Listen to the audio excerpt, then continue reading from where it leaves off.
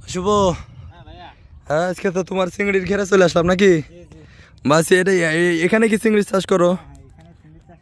আচ্ছা, তা কম আছে জন্য ঘেটা ছোট মনে হচ্ছে, চিংড়ি ওইভাবে দেখাতে পারতেছি না। আচ্ছা, মাছ অনেক ছোট বুঝছেন, মাছ অল্প কিছুদিন হয়েছে ছাড়ছি। আচ্ছা, তাই এই মাটি কিসের? এগুলো মাটি উঠেছে কেন? এগুলো কি নদী থেকে লবণ পানির সাথে লবণ ওঠে, মাছ প্রচুর পরিমাণে লবণ ওঠে। লবণ উঠে এবং ওই যে পলি সমৃদ্ধ যে পানি থাকে না, হ্যাঁ, এর ভিতর পলি মাটি থাকে, আচ্ছা ওইটা ঢোকে। আচ্ছা, সেই কারণে এটা ঘুরছে, বুঝতে পারছি কি। এটা উঠে যাচ্ছে। তো এটা গভীর মানে ছোট করে একটু গভীর করে রাখছো নাকি? একদম ছোট লম্বা লম্বি করে। 7-8 ফুট গভীর আছে।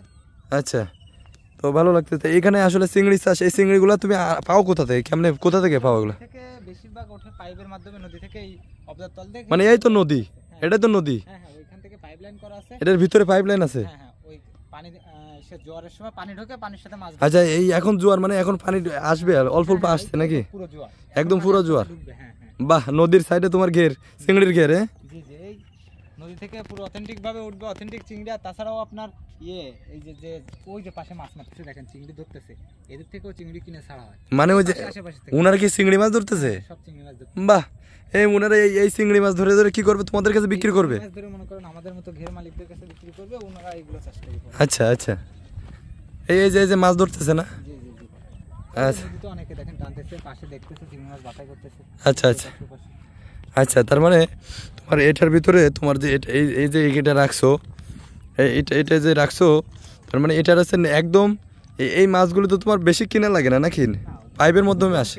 পাইপের মাধ্যমে বেশি ঢোকে। আর দেখা যাচ্ছে যদি প্রয়োজন হয় এক্সট্রা কোনো মাছের, তখন দেখা যাচ্ছে যে এখান থেকে এই যে ভাইরা মাছ ধরতেছে এদের থেকে কিনে ফেললাম। মানে নদীর মাছ একটা আমরা খুলনা এখানে চাষ হয়, মনে করেন যে কোনো আলাদা রকম কোনো ফিড ব্যবহার করা হয় না। আচ্ছা, এই মাটিতে কিন্তু অনেক খাবার থাকে, মাটির ভিতরে কিন্তু অনেক খাবার থাকে। খুলনা আলসার যে চিংড়ির জন্য বিখ্যাত নাকি? এই জন্যই। আচ্ছা, এই জন্যই খুলনা চিংড়ি বিখ্যাত, এই জন্যই। মানে আলাদা করে কোনো যে কৃত্রিম ফুডগুলো তৈরি হয় ওইগুলোর মাধ্যমে মাছ চাষ করা হয় না, পুরো প্রাকৃতিক একটা ব্যাপার না? প্রাকৃতিক ভাবে হয়। বাহ, তোমার এই পাশে নদী, এ পাশে তোমার ঘের। এই নদী থেকে পানি উঠবে পাইপের মাধ্যমে, হ্যাঁ, এই অবদার তল থেকে পাইপ দেওয়া আছে ডিপে, তো এইজন্য দেখাতে পারতেছি না। মানে এই পাশে নদী, নদীর ভিতর থেকে পানি ঢুকবে, এই তল দিয়ে পাইপলাইন করা আছে মোটা করে। আচ্ছা, ওই পাশে ঘেরের ভিতরে যা পড়বে, ঘেরের ভিতরে যা সাথে মাছ ঢুকবে। বাহ, দারুণ সিস্টেম, দারুণ। মাছের কোনো অভাব নাই, কোনো অভাব নেই, কোনো অভাব নেই। পানি ঢুকলেই পানির সাথে মাছ ঢুকবে। আচ্ছা, খুব দারুণ ব্যাপার। আর আরেকটা জিনিস একটু জানতে চাই, সেটা হচ্ছে মনে করো এখন তো শুকনার মৌসুম, তাই না? মানে চিংড়ি মাছটা চাষের সময় কোনটা আসলে? চিংড়ি মাছ চাষের কোন সময় চাষ করা যায়? এই আপনার মার্চ মাসের দিক থেকে শুরু হয়, হ্যাঁ, একেবারে সিজনের শুরু হয় মার্চ মাসের প্রথম থেকে, এবং আপনার শেষ হয় ওইদিকে নভেম্বর ডিসেম্বর।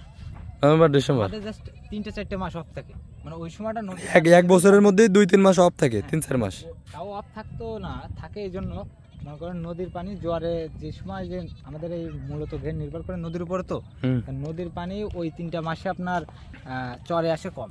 আচ্ছা, যেহেতু চরে পানি কম আসে সেহেতু আমাদের ঘেরে পানি ঢোকে না। পানি না ঢুকলে মাছ ঢুকবে না, মাছ বাঁচবেও না, ছাড়লেও বাঁচবে না। আর চৈত্র মাসে মনে করেন যে ঘেরে পানি এমনি শুকায় যায়, পানি কিন্তু ছাইড়ে মানে পানি যে করবো বোরিং দিয়ে উঠাবো, আচ্ছা, উঠাই দেওয়া কিন্তু পসিবল না। যাক, খুব ভালো লাগলো চিংড়ি মাছের ঘেরটা আজকে আমরা দেখলাম, আর দর্শকরাও দেখবে। আর দর্শকদের একটু দাওয়াত দিয়ে দাও তোমার চিংড়ি মাছ ঘের দেখার জন্য। সবার দাওয়াত থাকলো, ইনশাআল্লাহ আসবেন খুলনাতে এসে খুলনার চিংড়ি খেয়ে যাবেন, চিংড়ির ঘের।